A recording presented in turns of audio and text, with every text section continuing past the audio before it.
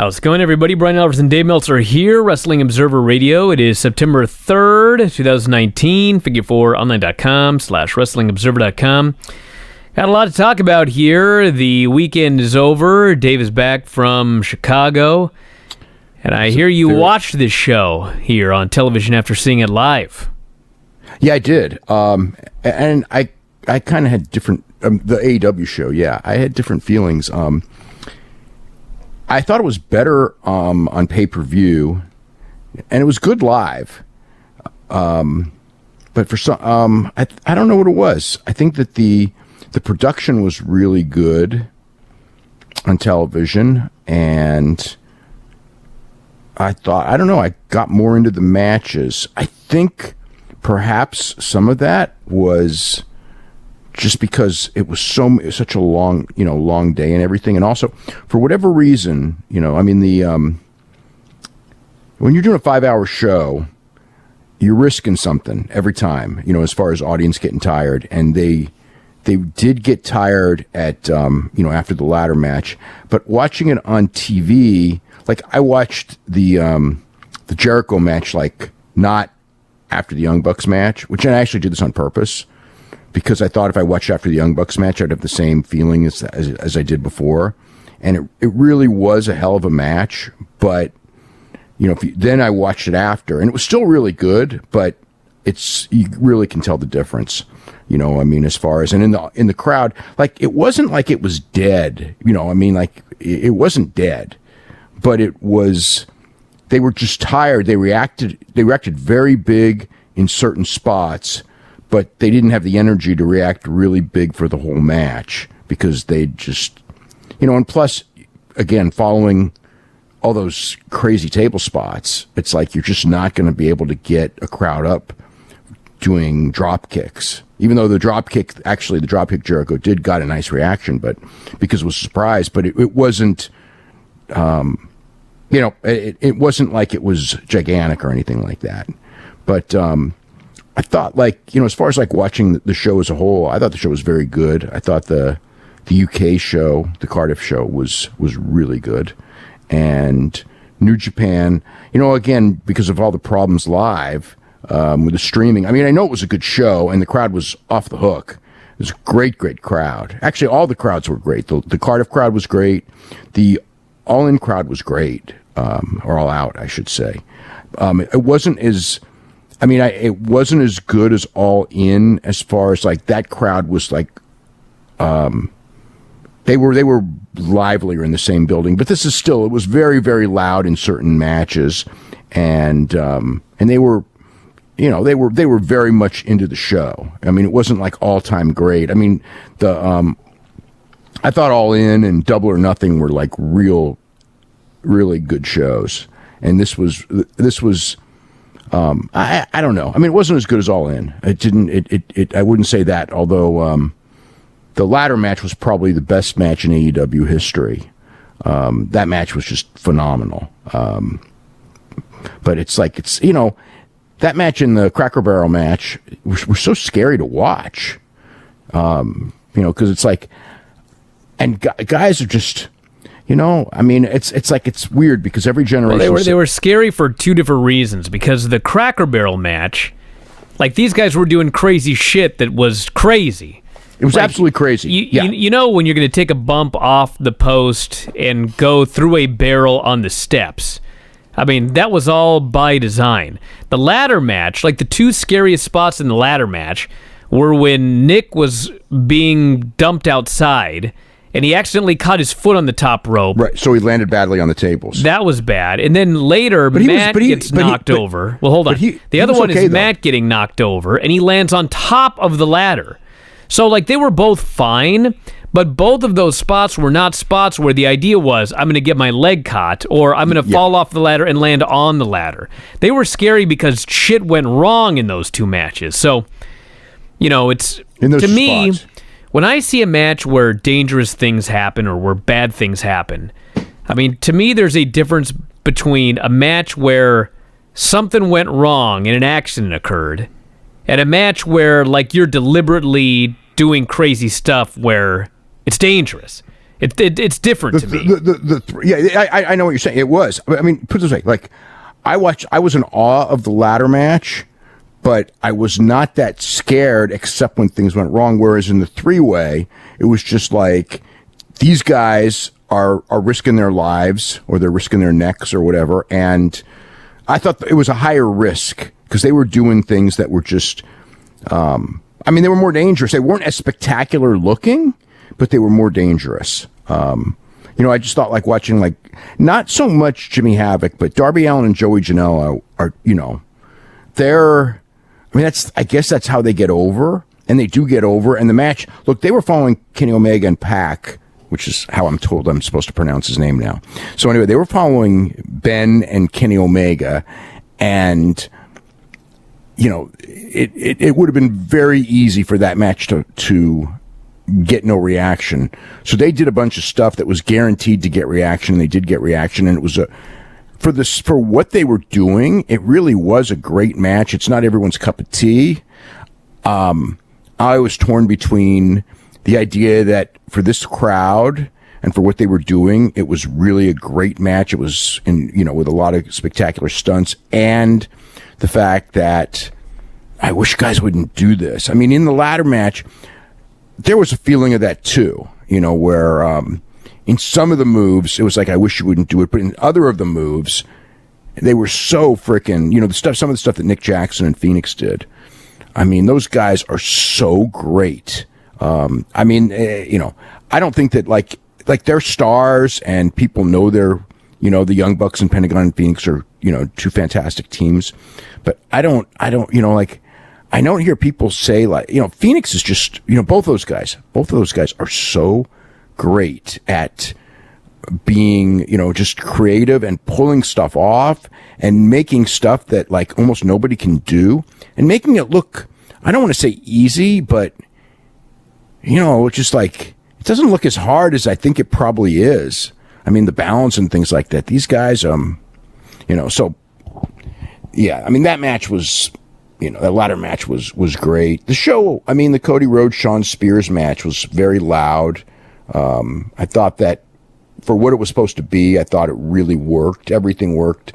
The Arn Anderson spot was probably about as hot as almost anything on the show, which is kind of interesting because Arn Anderson's from decades ago, but it's like everyone knew the minute he walked out, everyone knew Arn Anderson, because they all wanted it. It's just a very interesting thing, because the people would have been disappointed with no Arn Anderson.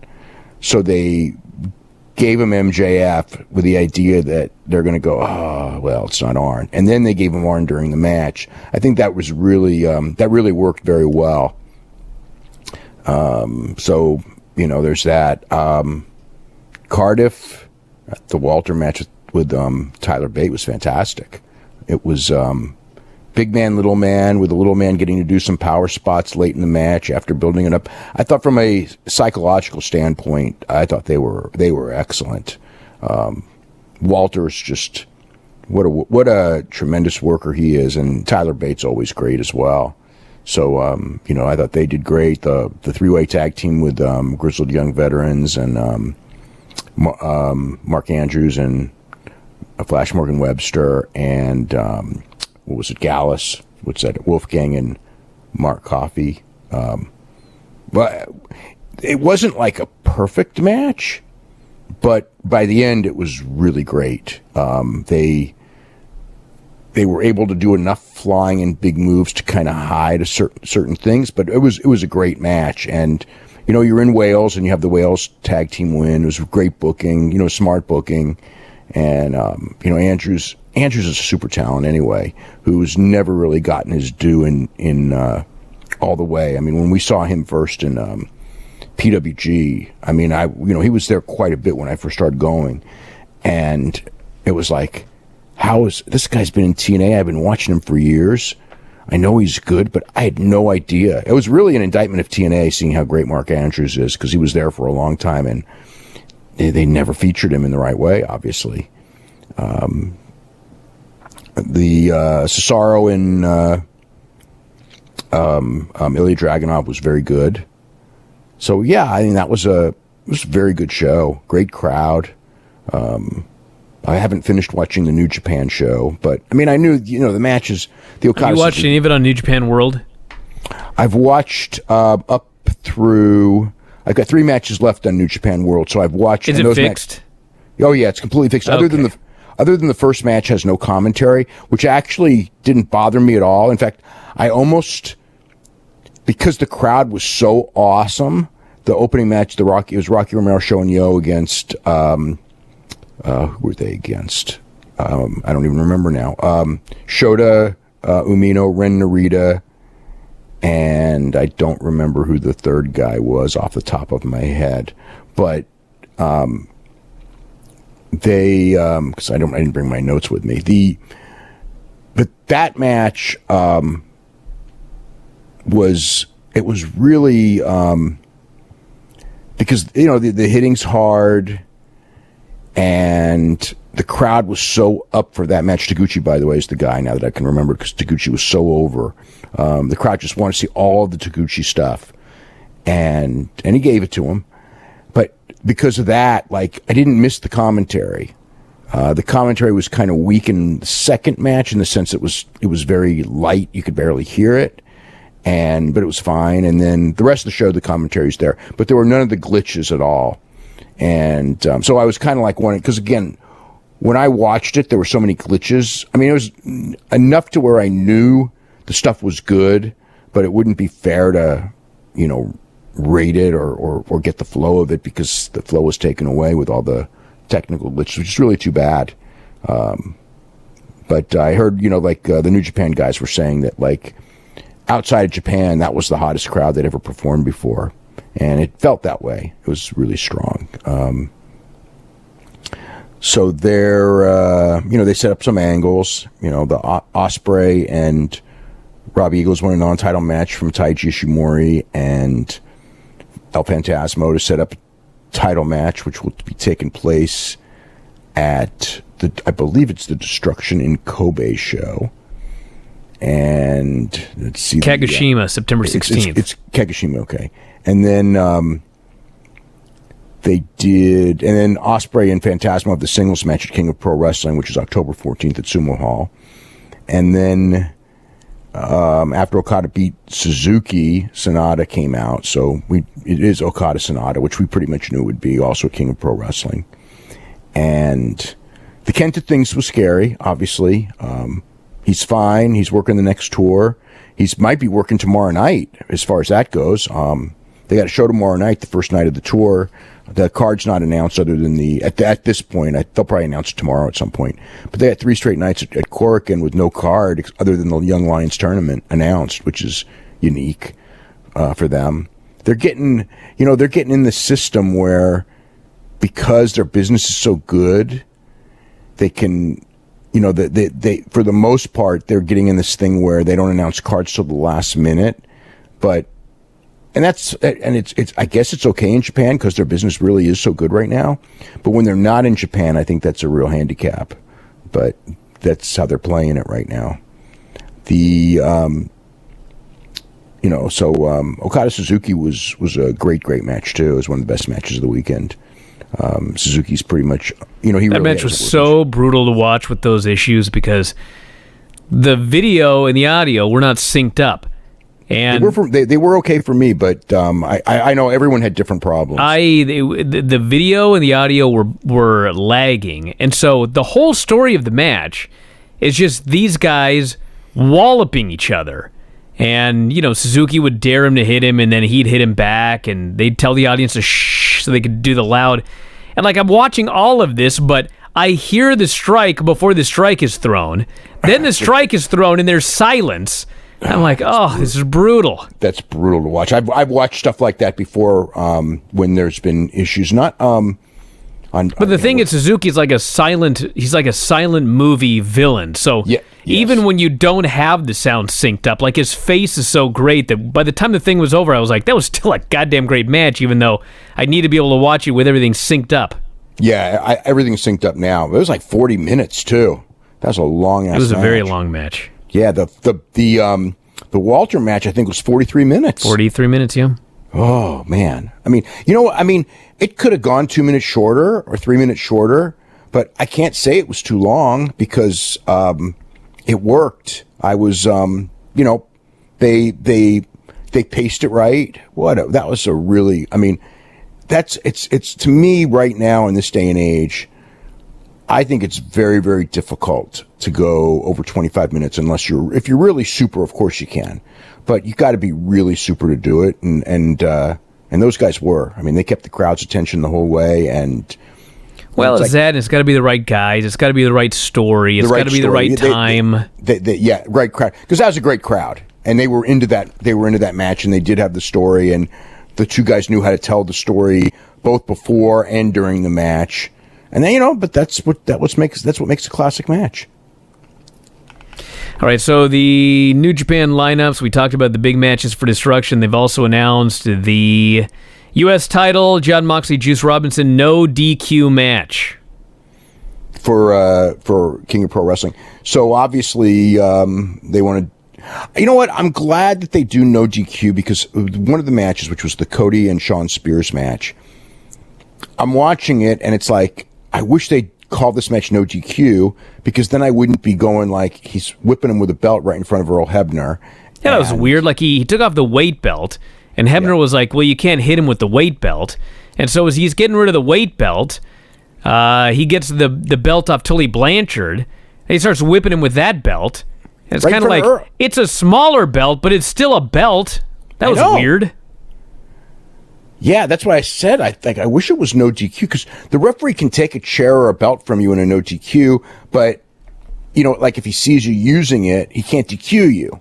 So that's why... if they just called that match no DQ, and there's no reason not to, it was a big grudge match anyway, and then they might have been a little bit more latitude for the interference too.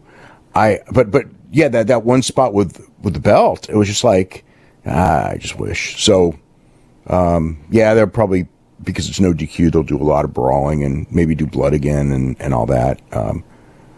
So yeah, but their first match was really good.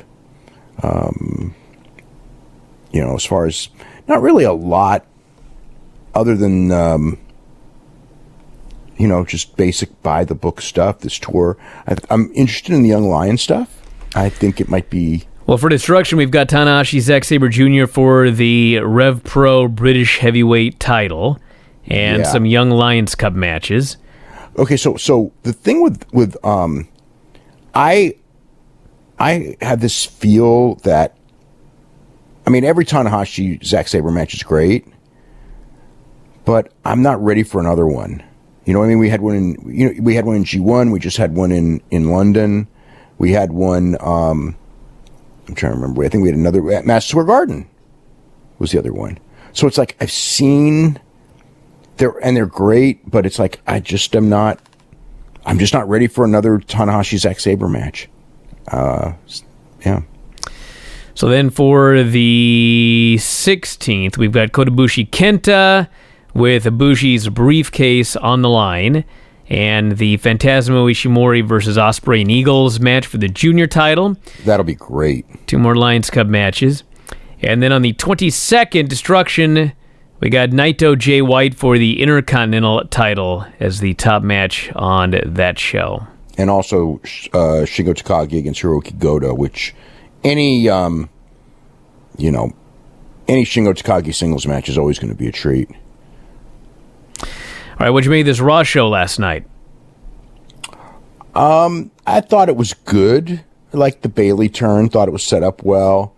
It didn't drag for me at all, so that's always a plus. The Baron Corbin match with Cedric Alexander was probably the best Baron Corbin match I've ever... Not probably, it was the best Baron Corbin match I've ever seen. I thought it was better than the Ricochet match. Oh, I thought it was too, but also they were able to build for a finish, and the Ricochet match inherently was going to have a flat finish. So, and it was up. I sensed with the Ricochet match, number one, okay. The Cedric Alexander match, even though he lost, that whole match was designed by them to get Cedric Alexander over, to get the people behind Cedric Alexander. Where the Ricochet match was designed to be just a match to do a double pin to build up a match, a 3-way match for next week. So it's like they had to get to a certain destination that was, the nature of how they got there and everything wasn't going to be as exciting as just Cedric Alexander doing every cool thing that he knows and Baron Corbin being in the match. So yeah. The whole thing, so we're doing a 3-way, which actually makes no sense, but... No, it's ridiculous. Yeah, but that's what they're doing. The idea there is to showcase Ricochet, which is not saying that he's necessarily winning. He might be, but the idea is that in the match at the Garden, Ricochet is going to be there, the babyface, against 2 heels, and he's going to be, and 2 big heels, and he's not a big guy. So the dynamic is supposed to work for him. The match is for him, just like the match with Cedric Alexander and Baron Corbin was very clearly for Cedric Alexander, but the nature of where they were going, which was the Garden with Ricochet in there against 2 heels, necessitated that the heel wins, which was Baron Corbin. So, that's kind of the deal. But yeah, I thought so. Cedric was the star of the show. I thought, as far as in-ring goes, more than anybody else, for sure. So Raw opens up with Seth and Braun coming down so Michael Cole can handle their contract signing. And Cole wants to know how they can function as a team. And they're cutting their promo back and forth about how they're going to defend the title successfully, but then they both claim they're going to beat the other. And so finally, AJ's music hits. And one of the keys here is Michael Cole keeps trying to keep this thing in order. And he just keeps getting shut down. So he says, you can't come out here, and AJ blows him off, and then later he tries again, and AJ tells him to shut up, and everybody cheers. So AJ's argument is, why are either of you getting all of this? Why are you getting tag team title shots or whatever? My guys deserve the shots. Why is Strowman getting a championship match? Because he looked at a belt. I can look at a belt. And so it breaks down into this big brawl, and the heels end up destroying them. Rude and Ziggler come out. It's 5-on-2, and they beat the hell out of everybody. So, actually, that was later. Well, they get a fight anyway. This leads to a match. Then we have the heel beatdown afterwards. It's Braun and Seth versus OC is the first match, and AJ runs over Seth outside, go to commercial, come back for the hot tag. Braun's running wild, hits the post. Seth makes a blind tag. AJ jumps up on the apron. Seth knocks him off, rolls up Anderson, gets the pin. Then we got the beatdown. AJ hits the ring, attacks Seth. Strowman makes the comeback, runs over everybody, accidentally runs over Seth. Ziggler and Rude hit the ring. They all destroy him 5-on-2, and they do a 4-person magic killer on Strowman. AJ hits the phenomenal forearm, and they leave everybody laying. So, heavy heat angle to open up the show. Then Kale is back with Cedric, and the OC attacks him. And they beat him up. AJ throws him into a box, beat on him for a while, and Cedric is injured going into his match later. Which was his out for not winning. Yep. Rude and Ziggler versus Hawkins and Ryder. Basically just a match to get over Rude and Ziggler. They beat him up, breaks down into a 4-way. Ziggler hits a super kick. Rude hits a DDT on Hawkins, and they get the pin. So there you go, getting the championship match. Just a quick match to get him over. Yeah. Lacey Evans is back after her 12-minute match and loss on SmackDown. She faces Natalya. It was like 15 minutes. Yeah. So speaking of, this one didn't go. Natalya had a really good match here, but because I didn't ever. Number one, it was very aggressive, and the other one was that. Usually in Lacey Evans matches, and you can kind of see the I don't know if I'm going to say the holes, but just how green she is and how not good she is. And Natalya was so aggressive with her that really covered for that, or she just is getting better. But well, I watched her on Tuesday. I don't think she got that much better in 6 days. Yeah, well, that was also too long, but that really that was a little bit too long. So the finish here, a lot too long actually, is Lacey's getting beaten up, and she reaches into her tights or whatever and pulls out her handkerchief, and she's wiping the sweat off in the middle of the match. And Natty goes after her. The ref pulls Natty off. Lacey throws the handkerchief into her face and then hits the women's right and gets the pin. Shouldn't a handkerchief be a foreign object? It should be a DQ, yes, because she was... Yeah, absolutely. I realize it's not heavy, but it led directly to the finish. Well, like, blinded her or distracted her or whatever. It should definitely be illegal, but we're not looking at, again, it's not strict by the book stuff. There's a lot That's for sure. There's a lot of creative latitude in and not just WWE. It goes across the board right now in pro wrestling. It's like, people talk about it, wanting to have it make sense, but they really don't, because there's so much stuff that goes on right now. And this goes this goes for every single promotion, where if you just look at it and go like, this really makes no sense. But the idea is, since it's pro wrestling and since it's been done before, then, and again, I don't like the tactic of using the refs to get over. I mean, but that's, again, every company's doing that now too, or pretty much. I still feel like the ref should be anonymous people who are just there as to make sure everything, kind of give a credibility to the match, as opposed to, always having to take bumps and always having to miss stuff, and then having stuff like counting 1, 2, and then you get pulled out of the ring, and somehow that's not the finish, or someone, a guy's covering a guy, and the guy from outside pulls him off of the top right in front of the referee. So it's kind of like outside interference again. But it's the idea.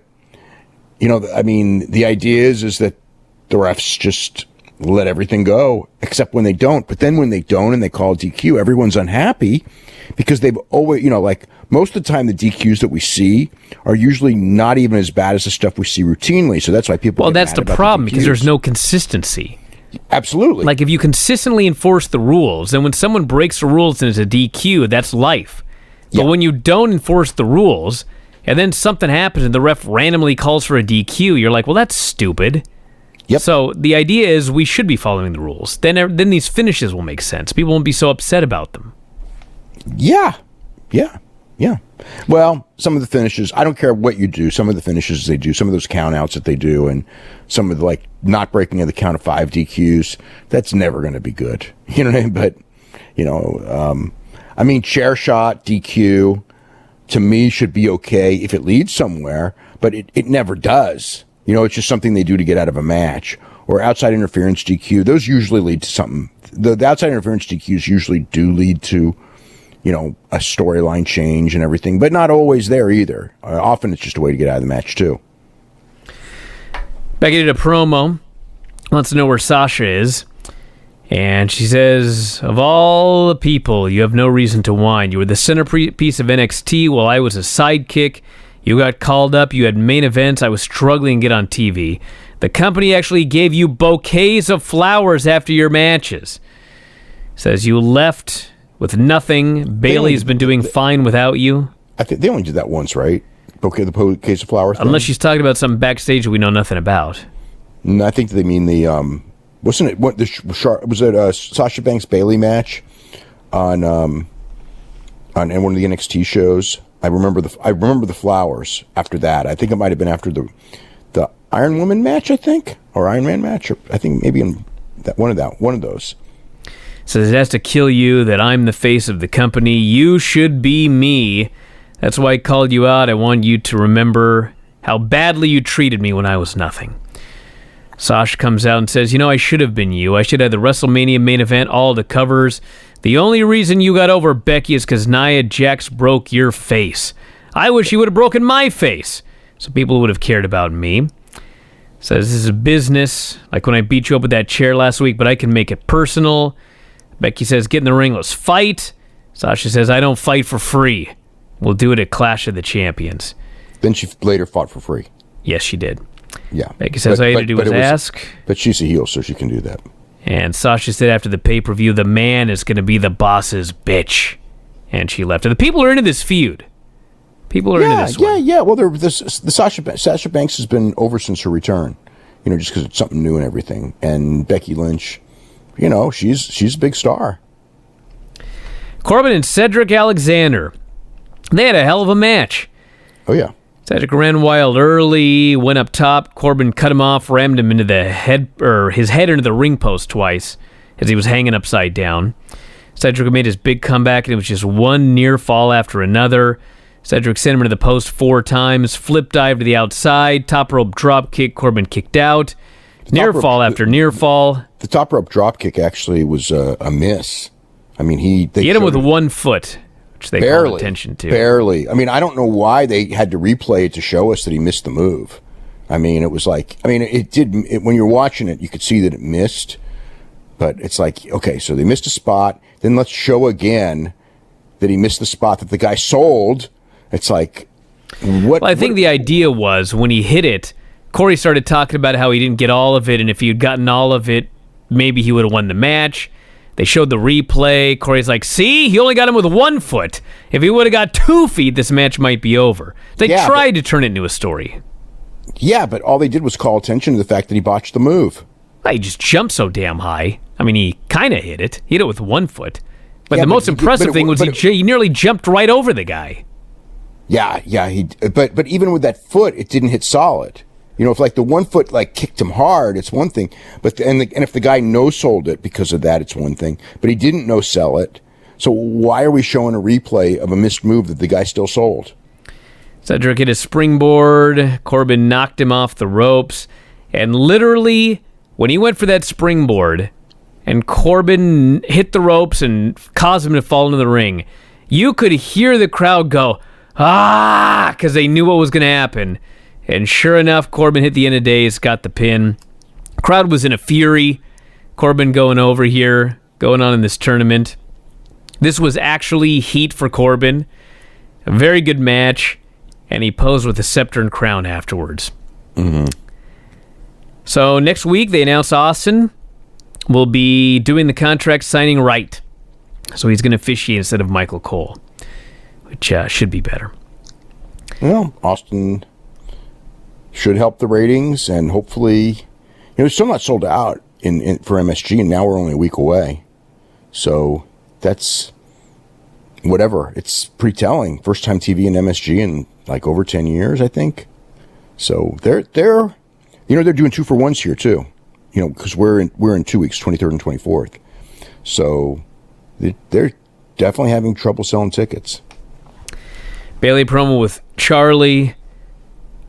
She had so much makeup on, I knew immediately she's turning heel at the end of the show. Said she had no comment about Sasha's return. That's amazing that you can tell from makeup. It's just the way that they did her makeup tonight. It was like, this is different. Like something's going on here tonight. Wow. And they did this interview, and Bayley said, I talked to her, but it was personal. Sasha took her ball and went home. I moved forward. I took advantage of every opportunity. I'm the SmackDown Women's Champion. Charlie says, do you think you're going to be overshadowed by Becky tonight? And she says, hell no, I'm not going to be overshadowed. She says, I beat Nikki last week. I'm going to beat Alexa this week. And we'll see who is in whose shadow at the end of the night. They telegraphed that one. Yep. Viking Raiders versus 2 random dudes, Bryan and Tyler. Bryan Thomas and Tyler Hastings. Yes. They were killed by the Viking Raiders. Yeah, but what a great throw that, Ray Rowe threw the guy.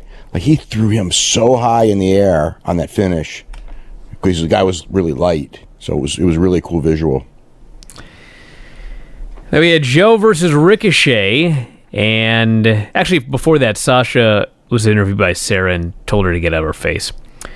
So Joe and Ricochet had a pretty good match.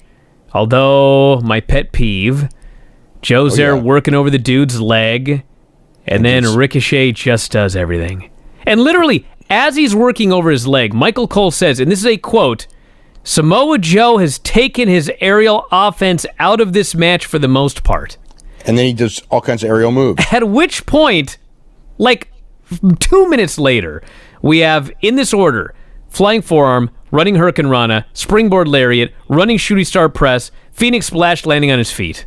It's like, come on. Space flying tiger drop. Space flying tiger drop. Goes up top for the 630. Joe crotches him. Puts him in the clutch on the top rope. Ricochet shoves him off. They both fall in the ring, and the ref counts 3 as they're laying there with one hand on each other. And so the crowd boos. They're furious at this finish. And the referee goes outside, gets on the headset. He says, from my vantage point, both of their shoulders were down. And then he rushes to the back, telling both guys, I'll make a ruling soon. We have Joe attacking Ricochet. Ricochet makes his own comeback. And that's the match. So keep in mind, by the way, as we move on here, both men were down. Both men were pinned. Yes. Strowman's with Seth. You know, they could have. There's probably other ways they could have done this if they wanted to get the end, because the end result is you want a three-way. Well, the way that they do it, I mean, I'm not advocating for this, but they've done this a million times before. Baron Corbin runs in, and it's a double DQ because he thinks he's eliminating both guys. But then it turns out, well, you eliminated them both, so they're both in, and now it's a three-way. Yeah, that at least would have less people complaining about not making sense. Yes. Yeah. So Strowman interview talks about Stone Cold and says, man, Strowman's upset. Austin put over Seth on Skype a few weeks ago. Now Seth's boy is moderating the contract signing. Seth says, dude, we're not working together to set you up. It's just what it is. Braun says, if Stone Cold gets in my face, he'll get these hands. Firefly Funhouse. This is the big announcement because the word broke over the weekend. So Bray says, what the Fiend did to Finn Balor was super duper rude. I want to say I'm sorry. But on to bigger news. And the Vince McMahon puppet appears. And the puppet says, how dare you challenge Seth or Braun to a match at Hell in the Cell? And so that was Vince's announcement. That was his announcement. Bray pulls out a stack of bills, stuffs one down the Vince puppet's mouth. Vince puppet changes his mind because money's on the line. And then Bray says, see you in hell. So there you go. It's Bray Wyatt, the Fiend, against the winner at Hell in a Cell. And that's how they announced it. That was bizarre. Yeah. I mean, well, the idea is that Bray's making him money, so Vince overlooks everything as long as he can make money. So there's probably something to that. Corey Graves with John Cone. And he's about to ask him about the ruling, and Corbin rushes in. Says, they eliminated each other, therefore I get a bye to the finals. Cone says, no, WWE management has decided neither of them were eliminated. They both advance. I was like, what? So it is a triple threat match next week. Yeah. There are other ways to get there, but that's the destination. You know, that was the idea. Charlie's with Ray. Says, my son convinced me to dig down deep and continue fighting. And it's funny. As parents, our responsibility is to push our children to pursue their dreams, but now my son is pushing me. I'm not done, not yet. I have more to accomplish, and I'm doing this for my son, Dominic. Oh, how poorly this will end for him. Yeah, Dominic has to turn on him, huh? Well, he doesn't have to, but that's what I figure is going to happen. Because we got to get some heat somewhere. Yeah. Who's he go with, though? He's got to be, like, part of some, like, group. Tully Blanchard. I don't think he's available. No, I don't either. I don't know. What's JJ up to? No. You kidding me? No.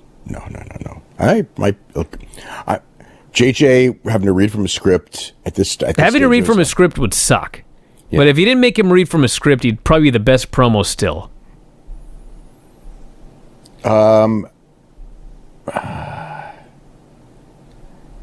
Yeah, I think to a degree. Dude, we saw him cutting promos and doing speeches at Cauliflower Alley just a few years ago. He was great. Yeah, that's still a few years ago now. That wasn't. I've seen him a couple times. I wouldn't be sure at this point. But I mean, it was 5 years ago, or even 4 years ago. Yes, I would be sure. Now I'm not as sure, but yeah, it's just like you bring someone back like that and then have them read from a script. You don't know what you're going to get. I mean, if you have him do it the old way, he could probably do that. Actually, I think he probably could just do that one automatically, but you know, it won't. That's not how they do things anymore. We had Miz versus Cesaro. Cesaro coming off his performance at NXT UK. That did him a lot of good, huh? Gets in there with the Miz, and my God, Miz was in slow motion, slower than usual. You know what else? Frickin' Miz's punches with that left hand. I don't know if he's got a injury. They were very bad. I mean, usually they're bad. They're not. I would call them not convincing, but they're okay. I mean, they're not good, but they're okay. These were like really bad. Like every single one was worse than the one before. And I mean, it's usually not like this, but it was, yeah. Those left-handed punches every time he threw one, it was like, is this guy hurt? Because I just don't. I mean, because he usually does he never punch? Because I think he does. No, he punches. I know that's what I mean. These were particularly bad for some reason. Maybe he's got a bad shoulder, and it's just making him punch weird. Anyway, he's facing Nakamura at the pay-per-view, so he won this match. Yeah, he had to win. I mean, it's when this match came out, it was just like, well, I don't know if I would put Cesaro here because he's got some momentum, but since he's here, he's got to lose because Miz is facing Nakamura in the pay-per-view. And then we had Becky and Bayley versus Nikki and Alexa. Sasha came out to watch and ended up with Becky getting a hot tag, middle rope leg drop. Nikki broke it up. Becky took them both out in the corner, and then Sasha just hit the ring for the DQ. Horrible finish. And she grabbed a chair, hit Becky with a few chair shots. Bayley hit the ring and grabbed the chair. Everybody in the crowd knew where this was going. She smiles at Sasha, starts waffling Becky with chair shots. Fans go crazy. They're doing the yes chants. And the show goes off the air. They were going crazy with her beating down Becky. But, you know, it's like the whole thing. It's Dude, if they didn't know that was going to happen, I mean, they knew. Come on. They knew because this happened way too many times. No, people will always cheer a happening. And look, this is a Paul Heyman show, you know, so I could, you know, I haven't been told, but I can guarantee that he knew. I mean, just completely guarantee. It is what it is. I mean, that's just it. Like, if you're going to do a turn, they're going to, you know, they're going to cheer you. I just hope they don't boo Becky Lynch because that's not the goal. But, you know, that's what turned Ronda, you know, one of the things that turned Ronda Rousey was Charlotte Flair, you know, beating her up when it was supposed to be the Charlotte Flair big heel turn. All right, so what do we got coming up this weekend? Let's see. There's UFC and Bellator this weekend. UFC is going to be from Abu Dhabi, and the big matches Khabib Nurmagomedov and Dustin Poirier for the lightweight title, unified with the interim lightweight title that Dustin Poirier won over when he beat Max Holloway. And, you know, on paper, super main event, super match. And Bellator has Ryan Bader against Czech Congo, who's won 8 in a row, and he's now 44 years old for the heavyweight title. And then 4 matches. Let me get to the stuff. Yeah, so the 4 matches in the featherweight tournament, it's a 16-man tournament, so 8 of the guys are going to be in San Jose on the show on Saturday night, and then the other 8 will have their first round matches in Los Angeles at the Forum in 3 weeks. So it's Sam Sicilia against Pedro Carvath, who is kind of an unknown. Emmanuel Sanchez against Taiwan Claxton, who is undefeated. Adam Borix, who just beat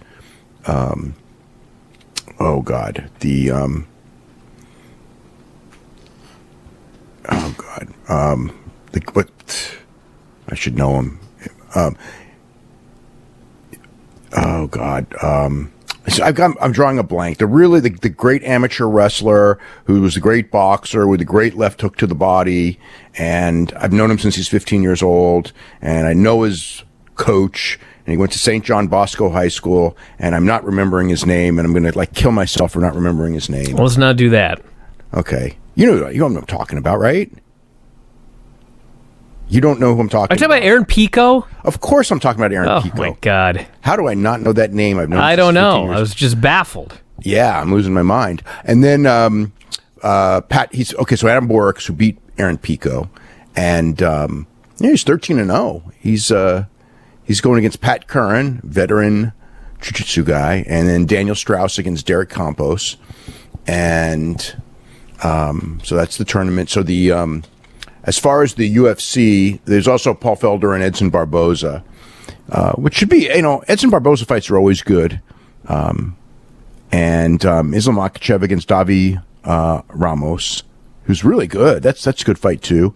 Heavyweight fight with Shamil Abdurakhimov and Curtis Blades, and Diego Fajea against Mailbag Taisumov. And there's a couple of women fights in Abu Dhabi, which nobody's making a big deal about. Maybe they'll chant "This is Hope" in the middle of those fights. I kind of doubt it. But there you go. Well, let's jump into this mailbag here. Joanne Calderwood's fighting on the show as well. All right, mailbag at WrestlingObserver.com. This person says, how long does the AEW TNT deal last? If they start off with great ratings, how long before they can get that rights fee gravy train going rather than rely on an ad split model? Probably a couple of years. I don't know how many years. I was just told multi-years. So multi means 2 or 3, I'm generally speaking. I don't think they would get 5 for a completely unproven product. But it's when it comes to television, there's no guarantees when it comes to television. There's always outs. But as far as like the contract goes, they wouldn't renegotiate the contract. So we're talking, but I mean, the thing is it's like if the ratings are really good, they're sharing in the revenue. So they will be making, whatever. They'll be making significant money, very significant money if the ratings are actually really great.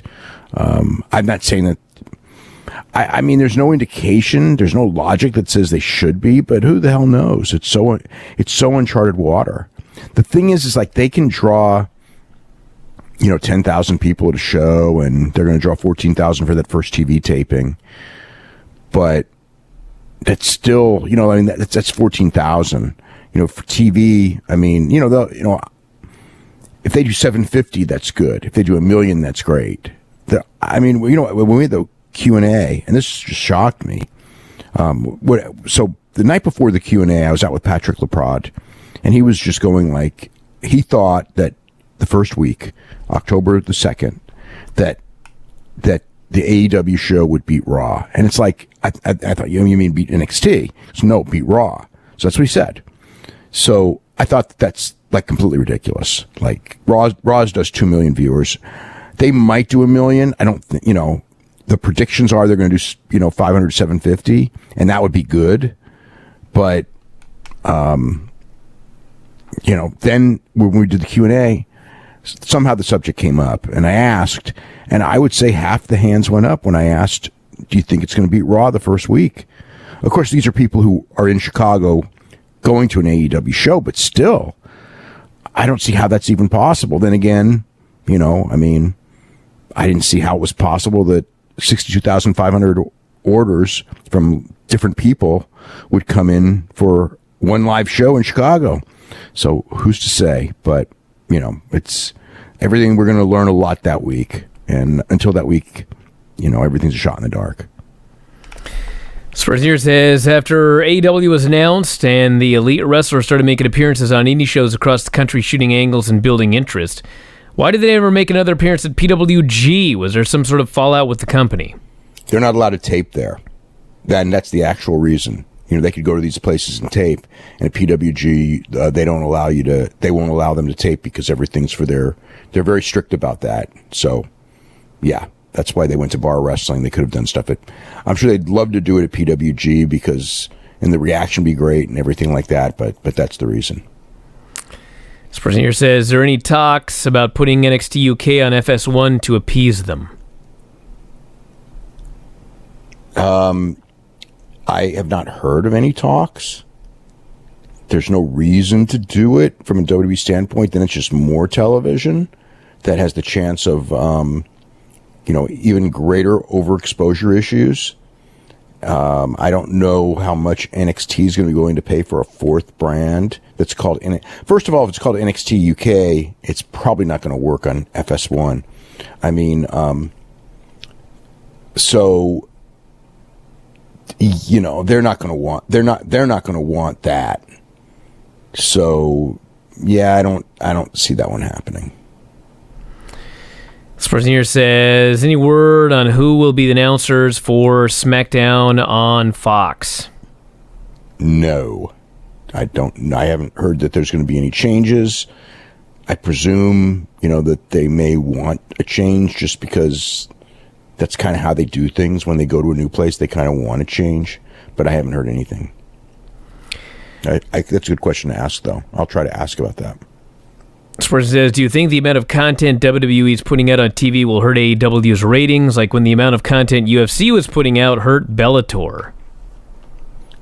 Theoretically, yes. That's the whole goal, or part of the goal. It's the whole goal for the, you know, the main goal. I shouldn't say the whole goal, but the main goal for the NXT show, you know, is to do that. You know, if it's a majorly different audience, it won't. But, you know, when it comes to TV, I mean, the WWE fan base is not really a fan base that watches other wrestling. I mean, that's the one thing. So, you know, because a lot, you know, it's like, I think they're going to draw a lot more from people who were wrestling fans and have tuned out, whether it's in the last 5 years or the last 2 years or whatever. I think that's going to more be the AEW fan base, because the ones who haven't left WWE at this point, I mean, there may be some who tune it in every now and then, but I mean, I'm talking about like the regulars who watch, you know, the people who watch Raw and SmackDown. Okay, they watch both of them, that are watching those 5 hours. I mean, there's some that will watch AEW, but I don't think that many really. I think that the people who they need to draw from are people who were lapsed fans, and they're very hard to bring back. I mean, who knows? You know, and a lot of it has to do with, again, how well it's marketed at first, and then word of mouth from there. It's hard to get a TV show up and running, even with social media building it and everything. I've never, you know, there's always been like the attempts to build television ratings through social media have almost always ended up really disappointing. I don't know why. I couldn't give you a good reason why it doesn't work, but it doesn't seem to work well. I mean, people are creatures of habit. It's really hard to debut a new show. But I mean, there are new shows that come in and do well. I mean, it's absolutely possible that people are just sitting there waiting for an alternative, and this is it. You know, if people who are wrestling fans tuned in and saw the atmosphere, they would at least be intrigued. Now you'd have to get the personalities over to them, which is going to be a big key. Although I watched, you know, the Friday night special, and the stuff that needs to be done, in my mind, when I watched the Friday night special, they were very good at doing it. So hopefully that continues. The person here wants to know the status of Penta and Phoenix, their contract situation. As of last I heard, they were still free agents. But in fact, okay, so I know that they, as recently as this weekend, were talking to indie promoters and saying that they're, you know, free agents and you can book us, just call us.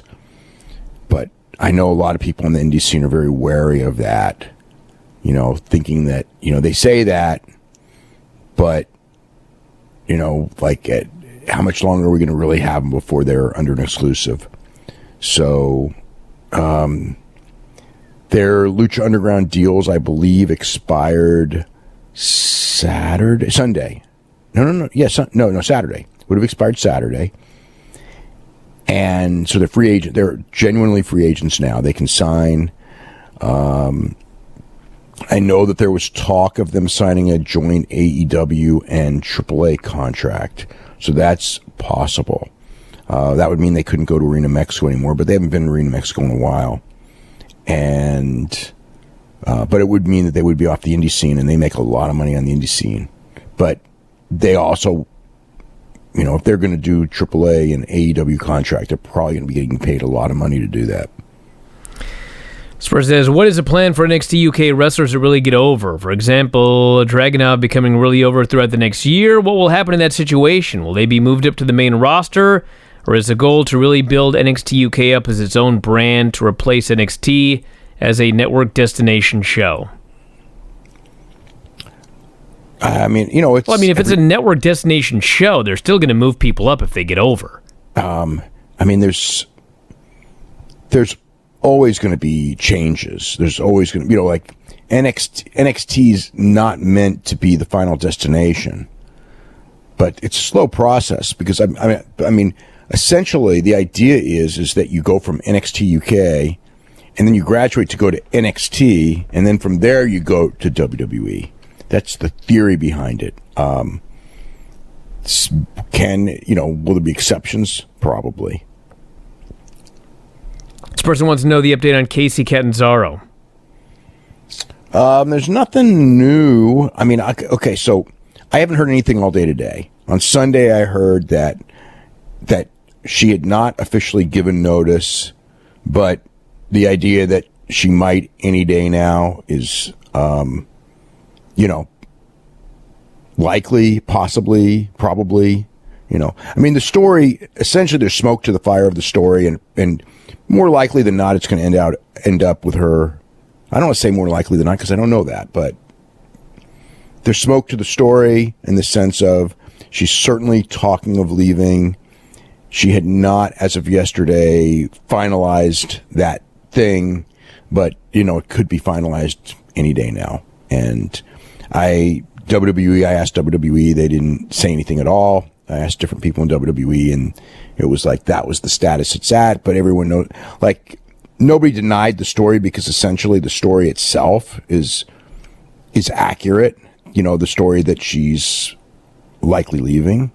But I don't know that she's 100% made the call, but certainly, the word going around there is that she's probably leaving. So, yeah. With AEW having 4 big pay-per-views a year, will All Out be their version of Wrestle Kingdom and WrestleMania, or will all of the big 4 be treated just as big as each other? Will there be an annual super show?